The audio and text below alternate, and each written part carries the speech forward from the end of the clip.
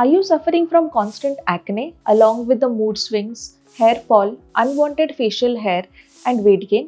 कभी सोचा है ये सारे symptoms connected हो सकते हैं? It might just be your PCOS acting up. PCOS यानी Polycystic Ovarian Syndrome affects not just your ovaries but your entire body.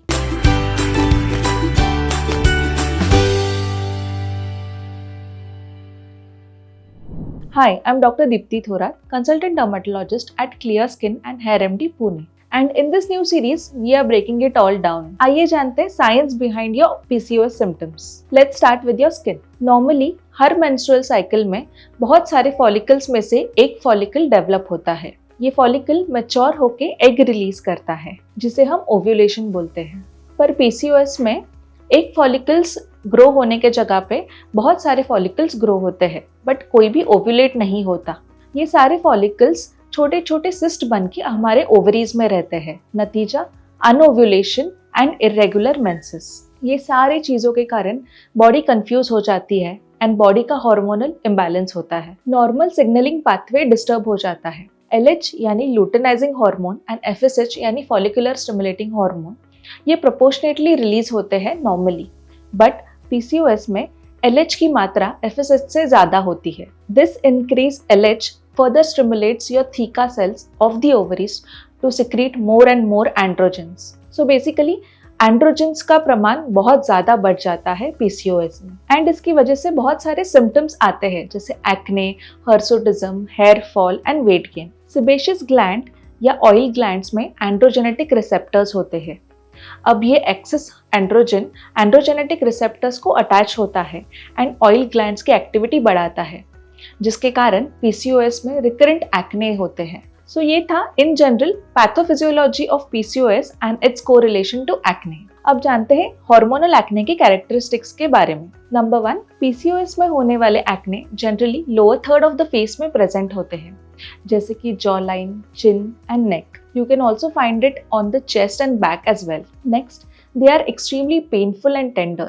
So these are not your normal blackheads and whiteheads. These are inflammatory cysts and nodules. ये generally painful and tender होते हैं. PCOS related acne are generally cyclical and persistent. It generally worsens around your menstrual cycle, जिसे हम premenstrual flare-up भी कहते हैं. And ये काफी देर तक persistent रहता है. Next is it does not respond to your regular creams and face wash, which are generally prescribed for acne vulgaris. For this, you need a thorough examination and proper hormonal evaluation. So now let's move on towards the management of hormonal acne. As discussed earlier, it has to be a combined approach with regards to your dermatologist and gynecologist. तो आइए जानते हैं इसके बारे में. So let's understand how to manage your hormonal acne. First is lifestyle modification. ये एक बहुत commonly used word है, lifestyle modification. आइए जानते हैं exactly lifestyle modification होता क्या है. It includes your sleep, stress, exercise and diet. First is sleep. You should have a good 7 to 8 hours of sound sleep. It helps to normalize your hormonal balance and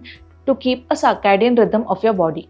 अगर आपकी sleep disturb है या proper नहीं है, इसके वजह से cortisol levels बढ़ जाते हैं. इसका डायरेक्ट असर आपके ऑयल ग्लैंड्स पे होता है, leading to more and more acne. Next is stress management. ये एक इम्पॉर्टेंट येट नेग्लेक्टेड टॉपिक है. स्ट्रेस मैनेजमेंट के कारण आपके हार्मोनल बैलेंस मेंटेन रहते हैं. Yoga, meditation, enjoying your hobbies, this lead to release feel good hormones in your body including endorphins and serotonin. ये आपके overall health को भी impact करता है. Next is exercise. Regular exercise and workout helps to reduce your PCOS and hormonal balance. Even a brisk walk for around 30 minutes a day can reduce your PCOS and hormonal acne. Last is diet. Avoid high glycemic index food such as milk and milk products, sugar, dairy products. ये ना केवल insulin resistance को बढ़ाता है but आपके PCOS and hormonal acne को भी trigger करता है. This was all about lifestyle modification. अब जानते हैं hormonal acne and skin care basics के बारे में.